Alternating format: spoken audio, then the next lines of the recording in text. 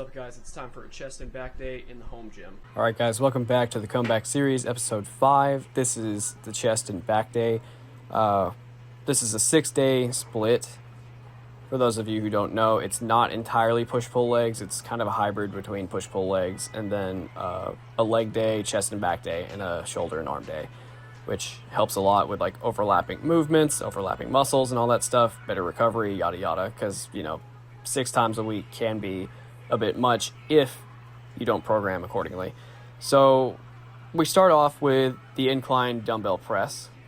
Last time on the push day, we did a flat barbell press, and so we're switching to dumbbells today for a little variety. And I'm not using a super high incline here. I think this is only like a 20-degree incline, which I know sounds super low. Some of you probably do 30 or 45 degrees.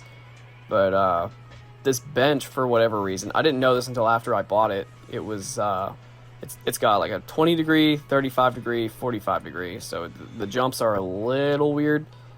And I tried 35 with the lighter dumbbells in my warm-up sets, and that just felt very anterior delt-ish. So I just kept it low and made sure that the dumbbells were in line with my upper pecs and that I was getting a good stretch.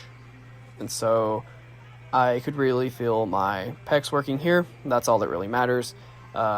Whether the incline is, relatively high or not, it's, 20 degrees isn't very high. It is what it is, but I don't care.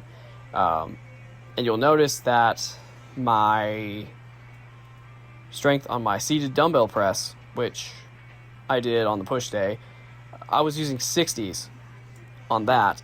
I'm using 65s here. That tells me, there's not a very big gap between basically my overhead pressing strength and my incline pressing strength, and that's concerning to me. It tells me that my upper pecs are lagging, especially when you look at my incline bench versus my flat bench. So you can tell which one I spent more time doing. But anyways, now we move on to some vertical pull action. Last time we did pull-ups with, just outside of shoulder width, just a relatively normal grip, and barbell rows. This time it's going to be cable stuff, because I really like cables for back work, but I just wanted to make sure I was getting everything, free weights, cables, calisthenics, all that stuff, because I do think they can all help. So anyways, we're doing wide grip pull downs to hit that wider angle, get that teres major popping. I'm doing these strapless because honestly my grip strength isn't that far off from my back strength on these. Like you can see how much I'm struggling to pull this thing down. You can see that my lats are actually getting close to failure here, getting close to 0 reps in reserve, and that's what I'm looking for. So as long as I can do that, that's totally fine. It's when there's a huge gap that it becomes an issue. But regardless, I have pretty weak grip in general, so why not do these strapless for the time being? And I don't know, after this 8-week cycle, I might try to up the weight and do them with straps, or at least do one set with straps and then one without. I don't really know how I'm going to do that yet. I don't want to rely too heavily on them. And I'm already using them for things like RDLs, so I don't know. We'll just see. But yeah, really trying to hit that teres major in those upper lats and all that fun stuff, because my back isn't very wide. And if you get strong at wide grip stuff, then you will also get wide. People used to think that doing wide grip stuff would build your upper back and like your upper traps and all that stuff. But a few years ago, Alex Leonidas was doing wide grip pull-ups because he wanted to grow his upper back, and because it was the variation that he sucked the most at, and he kept doing that and just kept getting wider and wider. So I'm gonna do the same thing with my pull downs.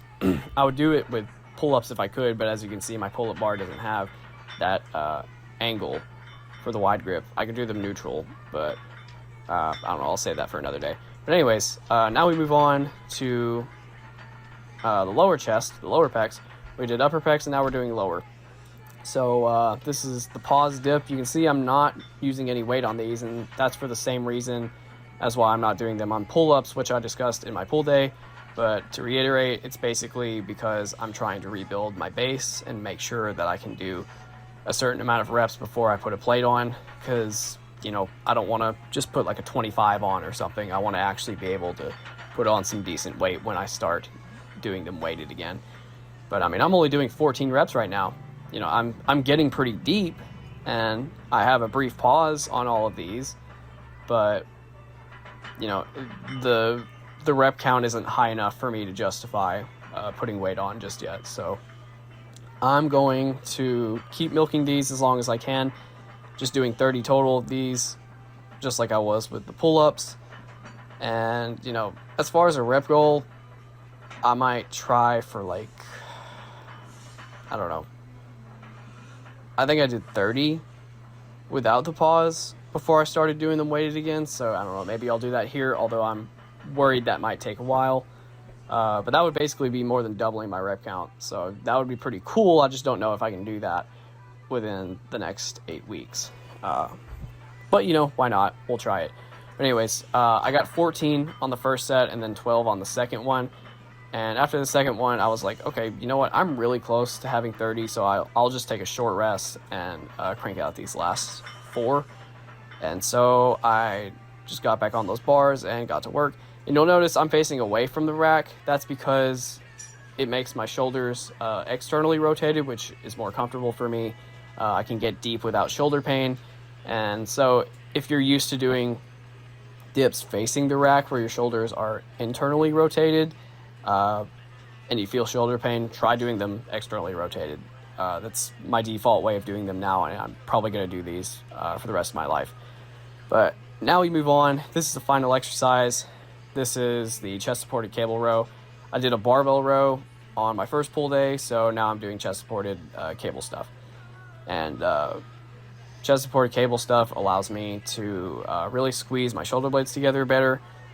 I'm not really limited by the faulty resistance profile of barbell rows. I can just do these, but I still want to do barbell rows, and I still want to get strong at those because why not? But anyways, yeah, plus my entire posterior chain, everything from like my upper back and traps to my lower back, my glutes, and my hamstrings, they're all sore. Everything is sore. Me sitting on this bench right now is sore, it's uncomfortable, I meant. And that's because I did RDLs yesterday, so that's why I'm doing chest-supported stuff today with the cables. So I don't have to worry so much about that, because a little more upper back soreness isn't really too much to worry about. But anyways, I'm just doing 100 pounds on these anyway, so, you know, not too much to worry about there. As far as, like, recovery and soreness and all that stuff, like, is 100 pounds really that damaging versus the RDLs that I was doing? But anyways, yeah, I got 8 reps on this second set. I did 10 and then 8, and then I'm including Kelso shrugs after I can't get any more full range. And that's basically just me squeezing my shoulder blades together without actually driving my elbows back. It just allows me to get a little bit more upper back and trap stimulus in there. But yeah, that wraps up the chest and back workout.